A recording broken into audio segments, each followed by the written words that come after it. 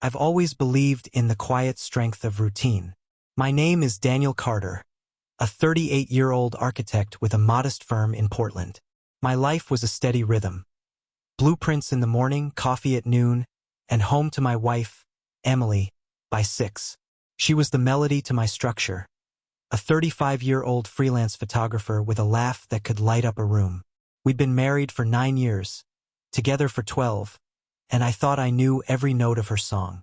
Our house, a craftsman-style fixer-upper we'd restored together, stood as a testament to our partnership. The hardwood floors creaked with memories, the walls held her framed prints, and the kitchen smelled of her lavender scones. I trusted her implicitly. Why wouldn't I? She was my anchor. It was a Tuesday in late March when the first crack appeared. I'd come home early, a rare luxury after a client canceled. The house was silent, no hum of her usual music. I called out, but only the echo of my voice answered. Her camera bag was gone, her boots missing from the entryway. A note on the counter read, "Out for a shoot, back late." Simple enough, but something felt off. Emily always texted me about last-minute gigs. I brushed it aside, chalking it up to paranoia. I poured a glass of bourbon and settled into the couch, flipping through a design magazine. Hours passed. The clock ticked past 10, then 11. My phone stayed silent.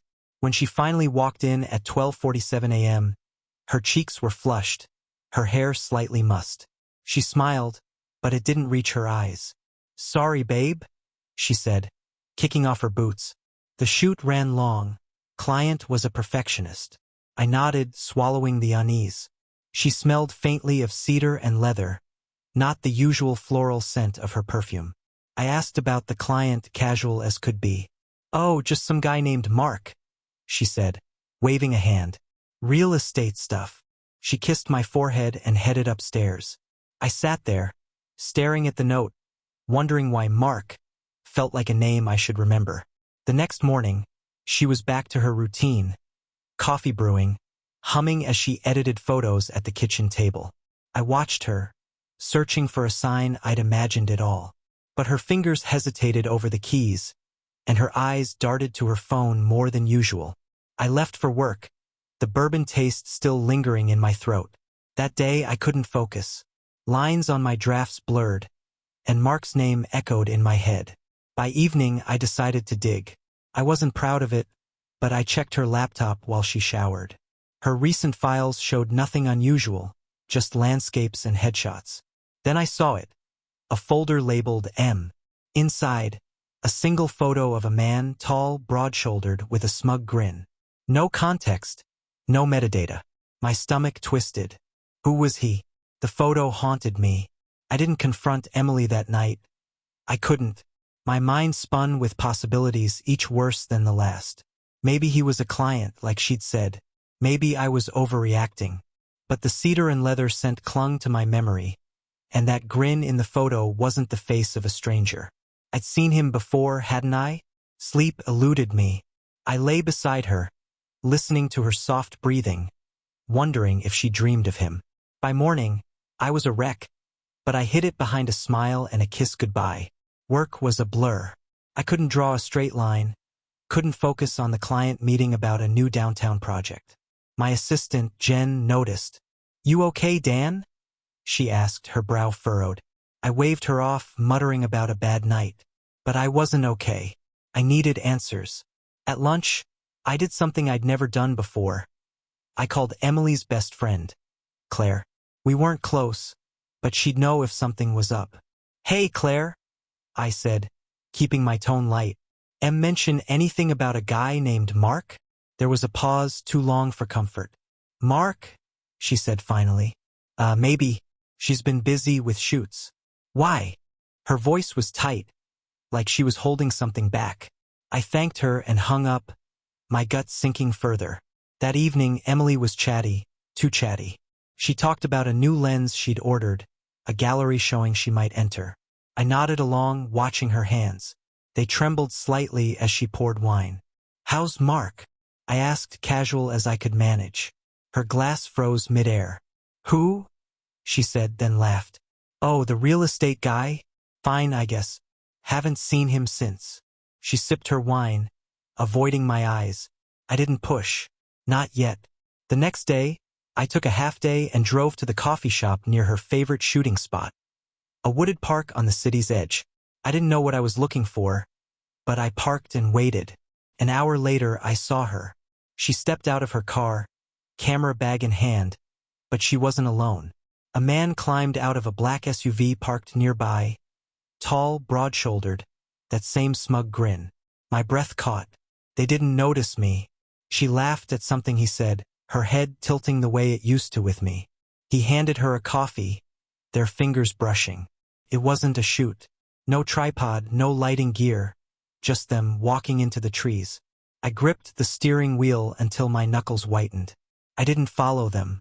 Part of me wanted to storm through the trees, demand answers, see the truth in her eyes. But I stayed rooted, my heart hammering against my ribs. The man, Mark, moved with a confidence that made my skin crawl. Emily matched his stride, her laughter drifting back to me like a blade. I drove home, the image burned into my mind. That night, she came home at a reasonable hour, all smiles and lavender scones. "Good day?" I asked, my voice steady despite the storm inside. "Great day," she said, kissing my cheek. "Shot some gorgeous light in the park." I nodded, tasting bile. The next week was torture.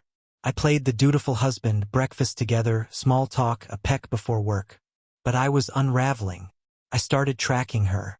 Not proud of it, but I had to know. I checked her phone's location when she left it unattended. Always out for a shoot, at odd hours. I drove by the park again, saw the black SUV twice more.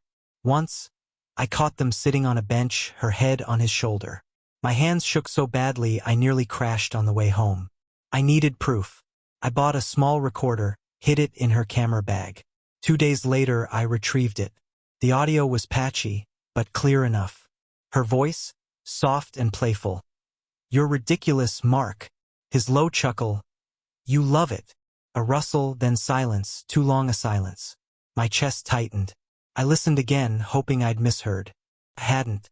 That night, she slept beside me, oblivious, while I stared at the ceiling, plotting. I remembered Mark now. Mark Hensley, a contractor I'd worked with years ago on a commercial build. Arrogant, loud, always bragging about his conquests. We'd fallen out over a payment dispute, hadn't spoken since. How had he found Emily? Had she sought him out? The questions gnawed at me.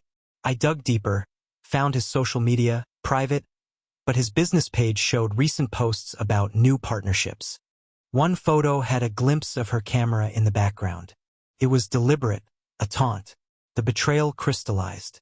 It wasn't just a fling, it was personal. Mark knew me, knew what this would do. Emily, my Emily, had chosen him. I stopped sleeping, stopped eating properly. I'd sit at my drafting table, staring at blank pages, imagining her with him. The recorder stayed in my desk drawer, a ticking bomb. I didn't confront her yet. I wanted her to feel safe, to keep slipping up. She did. Late nights became regular, her excuses flimsier. "Client dinner," she'd say, or "lost track of time." I'd nod, smile, and pour another bourbon. I started tailing her more carefully. One night, I followed her to a bar downtown. She met Mark there, his arm around her waist as they slipped into a booth. I watched from across the street, hidden by shadows. They laughed, clinked glasses, leaned close. She looked happy, happier than she'd been with me in months. I drove home, hands trembling, and smashed a lamp in the garage. The shards glittered like my broken trust. The next day, I called a private investigator, a guy named Paul I'd met through a client. Discreet, he promised. I gave him Mark's name, Emily's habits. Within a week, he delivered a folder, photos, timestamps, even a hotel receipt. They'd been meeting for months, not weeks. One picture showed them outside a cabin an hour north, her arms around his neck. Another caught them in his SUV, her head tilted back, his hand on her thigh. I thanked Paul, paid him double, and burned the receipt in the fireplace. Revenge took shape. I wouldn't just leave her, that was too easy. I wanted her to suffer, to lose everything she valued. Mark, too. I remembered his weakness. His business relied on reputation. Mine did too, but I had savings, a cushion. He didn't. I started small, spreading whispers through industry contacts. Heard Hensley's cutting corners again. I planted doubts, let them fester. Meanwhile, I watched Emily, waiting for the right moment. The plan grew roots. I couldn't unsee the photos, couldn't unhear her voice with him. But I buried the rage, let it simmer into something colder, sharper. Emily noticed my distance. "You okay, Dan?" she asked one morning, her brow creased. I smiled, kissed her forehead. "Just work stress," I lied. She bought it, went back to her coffee. I marveled at how easy it was to deceive her now that I knew the game. Mark's business started to wobble. My whispers worked. 2 clients dropped him, citing concerns. I heard through the grapevine he was scrambling, taking smaller jobs. Good. I wasn't done. I hacked into his company email, easier than I'd expected, thanks to an old password he'd once bragged about. I found invoices, contracts, and jackpot messages to Emily. "Miss you, babe," one read. "Can't wait for the cabin." My jaw clenched. I forwarded them to a dummy account, evidence for later. At home, I played the long game. I cooked her favorite meals, suggested date nights. She seemed relieved, maybe guilty. "You're so good to me," she said once, squeezing my hand. I smiled, imagining her face when it all crashed down. I rented the cabin they'd used, posing as a client through a fake name. The owner didn't ask questions. I drove up alone, walked the creaky floors, smelled the cedar. Her scarf was still there, draped over a chair. I took it, stuffed it in my glove box. Paul kept digging. He found Mark's ex-wife, bitter and talkative. She spilled. Mark had a pattern, seducing clients' wives, then dropping them. Emily wasn't special, just next in line. That stung more than I expected. I thanked Paul, then called a lawyer. Not for divorce, not yet. I wanted assets locked, options open. The lawyer raised an eyebrow but drafted what I needed. I was building a cage, and they didn't even know it. The cabin scarf became my talisman. I kept it in my glove box, a reminder of what I was fighting for, or against. Emily's routine held steady. Mornings at home, afternoons shooting, evenings with me, all smiles and lies. I stopped tailing her. Paul's updates were enough. He sent grainy photos of her and Mark at a diner, her hand on his arm, his smirk wider than ever. I studied them, memorizing every detail. My anger wasn't hot anymore. It was ice, precise and unyielding. Mark's business took another hit. A 3rd client bailed, spooked by rumors I'd seeded about shoddy work. I called in favors, leaned on old colleagues to spread the word. His online reviews tanked. Anonymous posts I'd written late at night, detailing leaky roofs and missed deadlines. He posted a frantic defense on his business page, but it only made him look desperate. I smiled at my laptop, sipping bourbon. Emily didn't mention it, but I saw her check her phone more, her lips tightening. She knew something was off. I escalated at home. I started leaving hints, subtle, deniable. "Heard Mark Hensley's having a rough patch," I said one night over dinner, watching her fork pause midair. "Oh," she said, too casual. "That's too bad." Her eyes flicked to me, then away. I let it hang, changed the subject. Another night, I left a contractor's magazine open to an article about failing firms. His name circled in red. She saw it, said nothing, but her hands shook as she cleared the table. I wanted her nervous, off balance. Paul dug up gold. Mark owed money, big money, to a shady lender. His bravado hid a house of cards. I contacted the lender through a burner phone, posing as a concerned associate. I hinted Mark was unreliable, might skip town. The guy growled, promised to tighten the leash. I hung up, satisfied. If Mark sank, Emily would feel the ripples. I pictured her face when he couldn't play the charming savior anymore, when he was just a broken man. Emily started slipping. She came home late again, her excuses thinner. "Traffic," she mumbled, avoiding my gaze. I nodded, poured her wine, watched her drink too fast. Her phone buzzed constantly now. Mark, I assumed.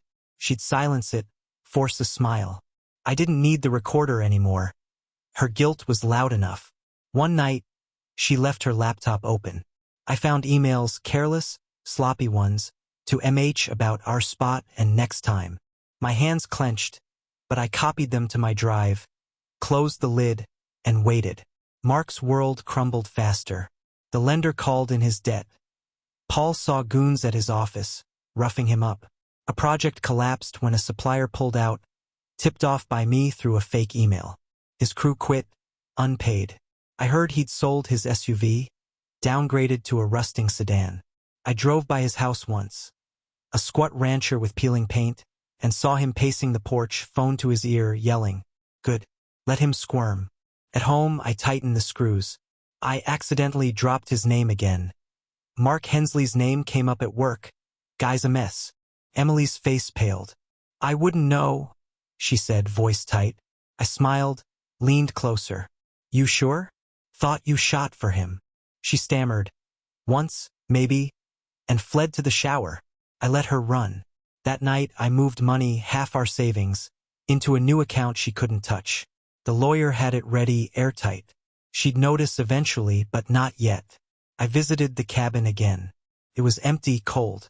I sat on the couch where they'd been, imagining her laughter, his hands. I carved their initials into the armrest in M, deep and jagged, then left. The owner wouldn't care. It was a rental, but it felt right, marking their betrayal in a place they'd never see coming. I drove home, the scarf scent filling the car, fueling me. Emily cracked first. She came home one night, eyes red, hair wild. "We need to talk," she said, voice trembling. I leaned back in my chair, calm as stone. "About what?" She paced, wringing her hands. "I've been stressed. Work's been hard." I raised an eyebrow. "That all?" She nodded too fast, sat down, then stood again. "I just need space," she blurted. I almost laughed. Space. She'd had plenty with Mark. "Take all you want," I said, voice flat. She stared, confused, then retreated upstairs. Mark was next. Paul sent a photo, him at a bar, bruised, nursing a beer. His empire was dust. I'd paid a hacker to leak his client list to competitors. They'd swooped in, poached everything. His lender repossessed his truck. I heard he'd begged Emily for cash. She'd told Claire, who'd told Paul. She didn't have it, not with me locking our funds.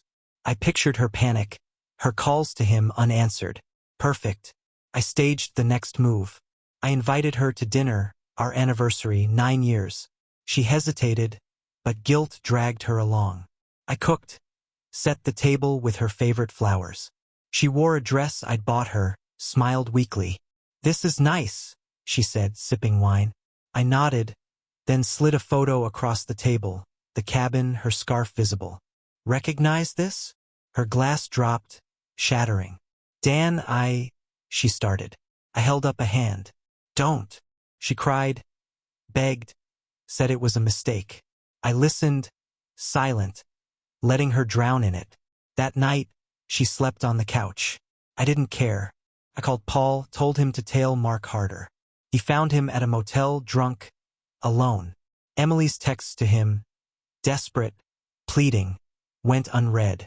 I cut her lifeline. She thought I'd forgive her, that I'd soften. She was wrong. I started phase 2, her career. She lived for her art. I'd take it apart, piece by piece. Her confession changed nothing. She spent days apologizing, hovering, trying to rebuild what she'd torched. I gave her silence, let her stew. "I'll end it," she promised, tears streaking her face. "It's over." I shrugged. "Do what you want." She didn't get it. I wasn't saving us. I was burying her. Mark was already a ghost. She'd be next. I watched her call him, leave voicemails he'd never answer. His phone was off, disconnected, Paul said. She didn't know I'd pushed him there. I targeted her photography. She'd built a name, small, but respected. I contacted her clients anonymously, sent concerned emails about missed deadlines, edited photos she hadn't touched. One gallery pulled her from a show. Another canceled a contract. She blamed bad luck. Cried to Claire about sabotage. Claire called me fishing. Em's a mess, Dan. You hear anything? I played dumb. News to me. She hung up, unconvinced. Mark hit bottom. Paul saw him at a shelter, unshaven, defeated. I'd paid a guy to trash his last job site. Broken windows, stolen tools. The client sued, bankrupted him. I sent him a package and signed her scarf and a note. She's done with you. He'd know my hand, but he couldn't prove it. Emily found out through a mutual friend. Came home sobbing. Mark's gone, she said. I don't know what happened. I stared at her. Guess he wasn't worth it. She tried to rally, booked a shoot, clung to normalcy. I let her think she could. I'd already emailed the client, attached a blurry photo of her with Mark, captioned, unprofessional. They canceled. She screamed at her laptop, unaware I'd watched from the stairs. That night she asked to move out. I need time, she said. I nodded. Take the guest room. She stayed, trapped by her own shame. I smiled in the dark. Her collapse was beautiful. She stopped shooting, stopped leaving the house. Her phone rang less, clients gone, friends distant. Claire tried to help, but I'd fed her doubts too. Em's been off, hasn't she? Claire agreed, pulled back. Emily sat at the kitchen table, staring at blank screens, her spirit draining. I cooked, kept the house running, played the saint. Neighbors praised me. Such a good husband. She heard it, shrank smaller. Mark vanished. Paul lost him after the shelter. Maybe jail, maybe worse. I didn't care. His ruin was complete. I focused on her now. I found the cabin photo again, left it on her pillow. She confronted me, wild-eyed. What do you want, Dan? I smiled. Nothing you can give. She begged for forgiveness. I walked away. Her bank card declined. Our joint account glitched. I said. My new one was fine.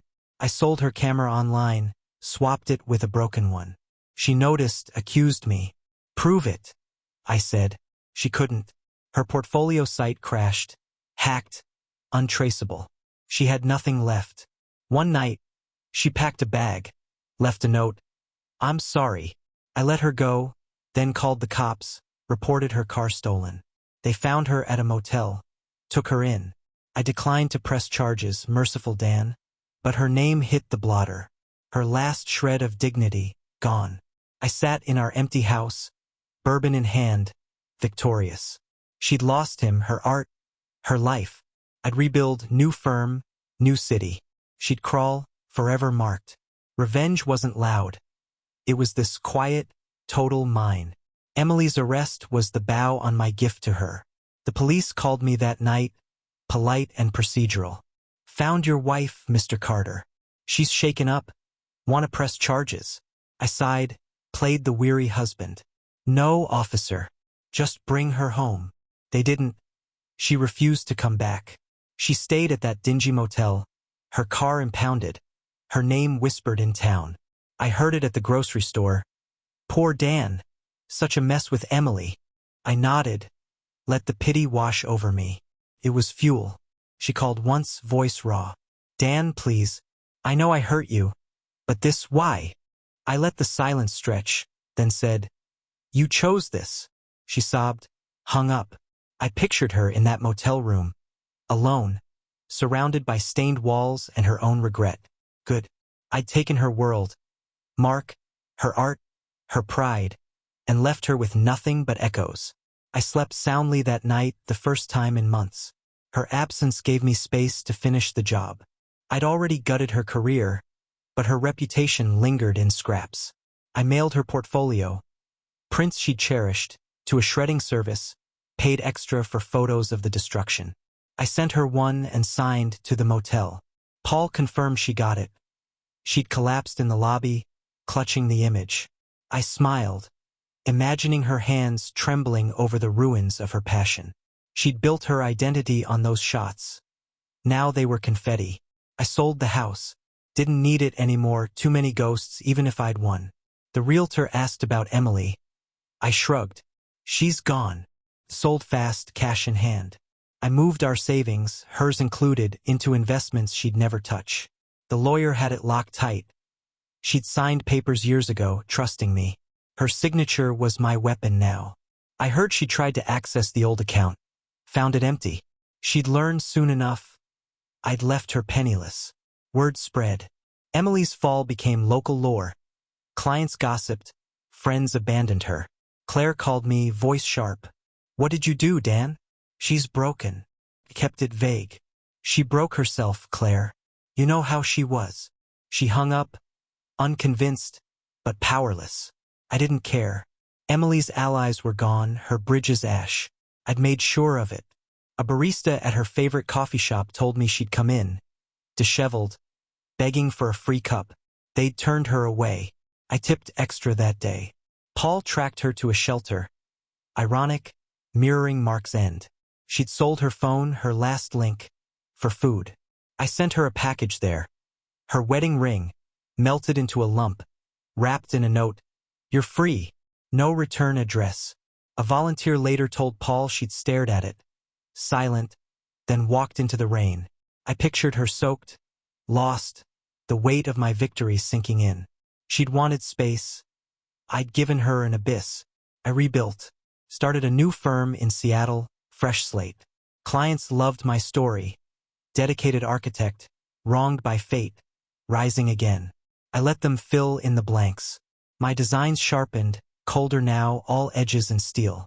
I framed one of her old photos in my office, not for sentiment, but as a trophy. Colleagues asked. I'd say, "Old memory," and change the subject. It hung there, a silent testament to my control. Emily tried to claw back. She wrote a blog, pathetic, rambling, claiming sabotage, naming no names. I read it, laughed. No one cared. Her credibility was dust. I tipped off a troll network, let them tear it apart. Comments flooded in, cruel, relentless. She deleted it within days. I toasted to that, bourbon burning my throat. She'd never rise again. I'd buried her too deep. Months passed. I thrived, new city, new life. Seattle's gray suited me, matched the steel in my veins. My firm grew. I hired Jen from Portland, gave her a raise. She never asked about Emily, just worked, loyal as ever. I dated once, a quiet woman, a teacher, but it fizzled. Trust was a ghost now, thanks to her. I didn't mind. Solitude was power. I'd won, hadn't I? Emily surfaced again, a shadow of herself. Paul, still on retainer, sent a photo. Her at a bus stop, thin, hollow-eyed, clutching a cheap camera. She tried shooting again, street stuff, selling prints for pennies. I bought one through a proxy, blurry, uninspired, then burned it. She'd never know, but I did. Her art was dead. This was desperation. I sent Paul a bonus, told him to keep watching. I heard Mark was back, jail, then a halfway house. He'd written her, Paul said, begging forgiveness. She didn't reply. She had nothing left to give. I liked that. Both of them husks orbiting my revenge. I sent him a letter, care of the house. She's mine to ruin, not yours. And signed, of course. He'd guess rage, but he was caged. I clipped his wings first, then hers. She called again late one night. I let it ring, listened to the voicemail. Dan, I'm sorry. I'm nothing now. Please. Her voice broke, faded. I deleted it, poured a drink. She'd wanted to confess, to unload. I wouldn't give her that. She'd carry it. Her guilt, her loss, until it crushed her. I leaned back, stared at the city lights, and felt the weight lift from me. She was my past. I was her end. Her final fall came quietly. Paul sent a report. She'd been evicted from the shelter, caught stealing food. She'd wandered, slept in parks, her camera gone. Pawned, probably. A cop found her by the river, shivering, incoherent. They took her to a hospital, then a psych ward. Diagnosis: breakdown, malnutrition. I read it, felt nothing. She'd built the cell. I just locked the door. I visited Portland one last time, tied up loose ends. Drove by our old house, new owners, new paint. It didn't sting. It was theirs now. I stopped at her favorite park, where she'd met him. The bench was empty, leaves skittering across it. I left her scarf there, tied to the slats, a faded flag of her defeat. Someone would take it or the wind would. Didn't matter. I closed that chapter. Mark tried to sue me. Laughable. Baseless. Claimed I'd ruined him, no proof. My lawyer shredded it, his public defender fumbled. The judge tossed it, fined him for wasting time. Paul saw him after, drunk in an alley, muttering her name. I sent him one last gift. A photo of her scarf on that bench, captioned, "She's gone." Let him choke on it. He did, overdosed a week later, cheap stuff. I didn't mourn. Emily's ward sent a letter, standard, cold. She'd stabilized, barely, but wouldn't leave. No family, no funds. They asked if I'd claim her. I wrote back, "Not my responsibility." She'd stay there, medicated, forgotten. I pictured her in a gray gown, staring at walls, her laughter silenced. It was enough. I'd stripped her bare. Love, art, hope, and left her to rot. Revenge wasn't loud. It was this, a slow erasure. I'm whole now. Seattle's mine. Firms booming. House on the Sound. View of the water. I draw late into the night. Lines clean and sharp. No bourbon anymore. I don't need it. Jen runs the office, keeps it tight. I'm respected, untouchable. People ask about my past. I say, "It's behind me." They nod, "Don't pry." I like that. Emily's a memory, a faint scar. Paul checks yearly. Still in the ward, still nothing. Mark's a footnote, cold in some potter's field. I don't gloat. I don't need to. I won the day she chose him, the day I turned it back. Her life's a husk because I made it so. Not with fists or shouts, but with patience, with precision. She betrayed me in shadows. I destroyed her in silence. I keep her photo on my wall, the one I framed. Clients compliment it, moody, stark. I smile, say, "Thanks. It's special." They don't know it's her last piece, a relic of before. It hangs there, proof I outlasted her. I'll never love Igjen, maybe, but I don't care. Trust was her gift. Revenge was mine. I walk the shore at dusk, waves crashing, and feel free. She's trapped, forever. I'm not. That's the end, hers, not mine.